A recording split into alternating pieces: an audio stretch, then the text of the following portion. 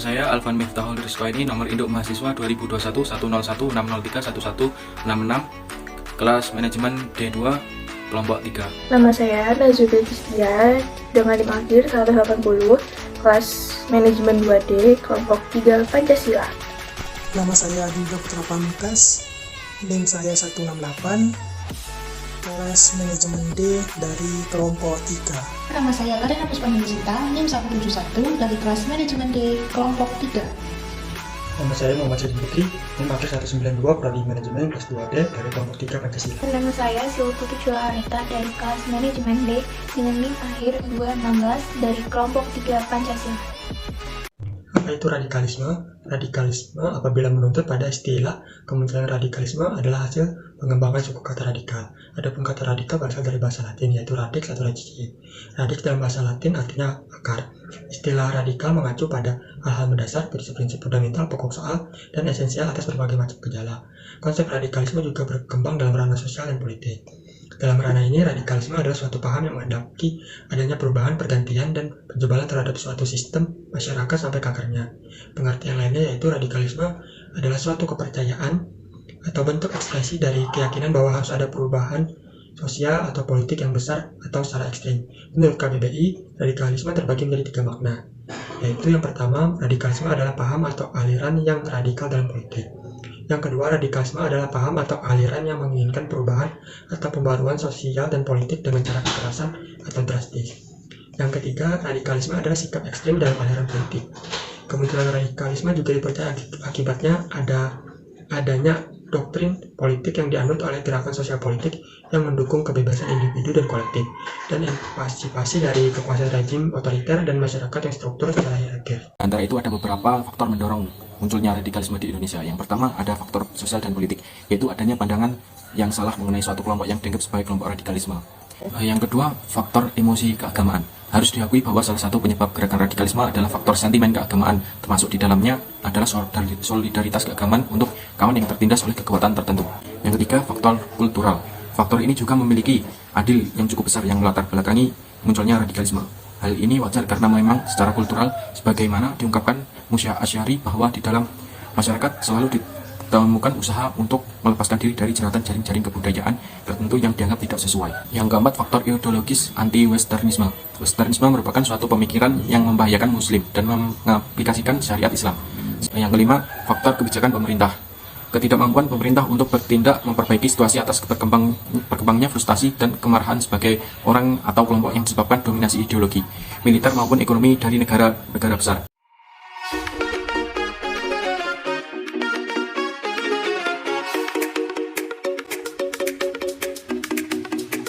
Perkembangan radikalisme di Indonesia terjadi dalam bentuk dan varian yang berbeda. Di Indonesia, radikalisme berkembang dengan berbagai alasan. Yang pertama, alasan personal, yakni radikalisme bisa berkembang sebab urusan ideologi maupun kebutuhan finansial. Yang kedua, adanya propaganda politik yang menarik. Yang ketiga, alasan religius yang kuat sehingga terlibat dalam lingkaran radikalisme.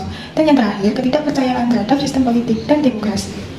Paham radikal ini di Indonesia sudah ada sejak zaman Orde Baru dan zaman Reformasi hingga sekarang ini telah berkembang dengan pola yang dinamis.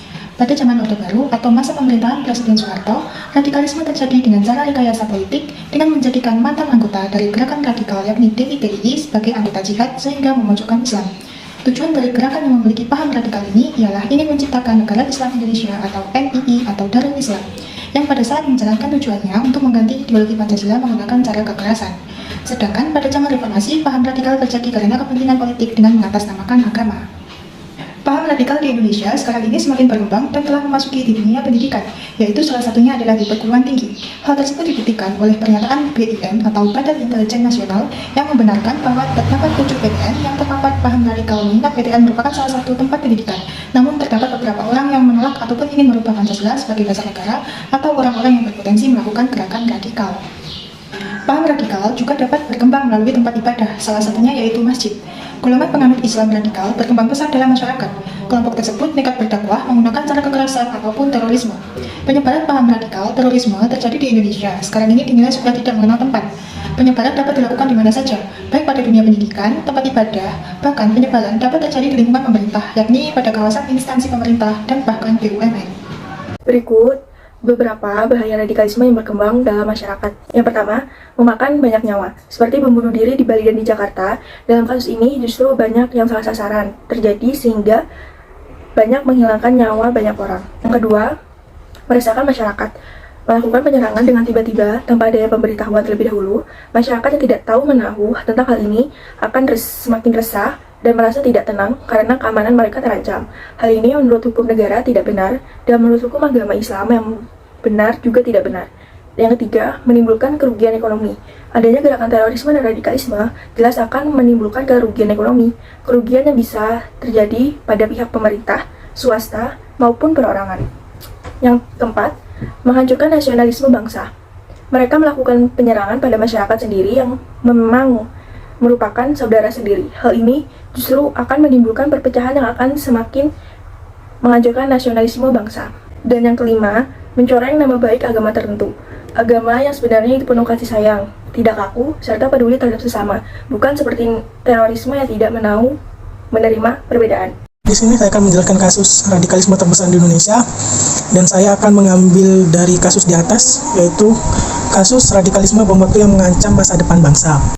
Aksi bom bunuh diri di Gereja Katedral Makassar pada tanggal 28 bulan 3 2021 dan serangan terhadap Mabes Polri oleh perempuan berinisial ZA pada tanggal 31 bulan 3 2021 adalah rentetan aksi terorisme yang terjadi dalam sepekan terakhir dan membuat khawatir masyarakat Indonesia.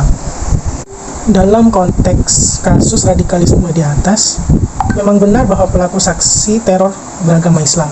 Namun mengaitkan radikalisme sebagai fenomena ideologis yang khas Islam adalah kurang tepat, karena Islam yang ditafsirkan oleh pelaku teror sangat bertentangan dengan ajaran Islam rahmatan lil alamin yang mengajarkan pesan perdamaian antar sesama umat manusia. Laporan Global Index Terrorism atau yang disebut GTI tahun 2020 yang dirilis oleh Institute for Economy and Peace atau yang disebut IEP menunjukkan bahwa dalam skala global Indonesia berada di peringkat 37 dengan skor 4.629 dari 135 negara yang terdampak oleh terorisme. Sedangkan di Asia Pasifik, Indonesia berada di posisi keempat. Hal ini sekaligus menjadi alarm untuk pemerintah dan masyarakat untuk kesekian kalinya bahwa radikalisme atau ideologi radikal masih ada dan akan menjadi bom waktu yang terus menghantui negara jika tidak ditangani secara serius hingga ke akar-akarnya.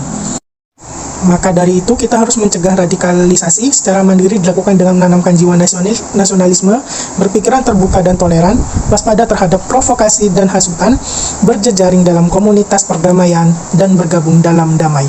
Beberapa solusi yang bisa ditempuh untuk mencegah radikalisme. Dan generasi muda sendiri kerap menjadi sasaran empuk bagi radikalisme itu sendiri, yang terkadang berujung pada tindak terorisme. Berdasarkan survei Badan Nasional Penanggulangan Terorisme pada tahun 2017, sebanyak 39% mahasiswa di 15 provinsi terindikasi tertarik pada paham radikalisme. Dalam menangkal terorisme, Badan Nasional Penanggulangan Terorisme atau yang biasa dikenal dengan BNPT menerapkan strategi kontraradikalisasi dan deradikalisasi. Sasaran dari strategi kontraradikalisasi adalah masyarakat umum, pelajar, dan tokoh masyarakat, dengan bertujuan untuk menanamkan nilai keindonesiaan dan juga nilai kedamaian. Kemudian, upaya-upaya dalam mencegah radikalisme secara mandiri dapat dilakukan dengan antara lain menanamkan jiwa nasionalisme, berpikiran terbuka dan toleran, waspada terhadap provokasi dan hasutan, menjaga persatuan dan kesatuan, kemudian mendukung aksi perdamaian, berperan aktif dalam melaporkan radikalisme dan terorisme, meningkatkan pemahaman akan hidup kebersamaan, dan juga yang tidak kalah pentingnya yaitu selalu menyaring informasi yang kita dapatkan dan tidak langsung menelannya secara bulat-bulat, tanpa mencari tahu dari sumber yang benar-benar pasti dan terpercaya.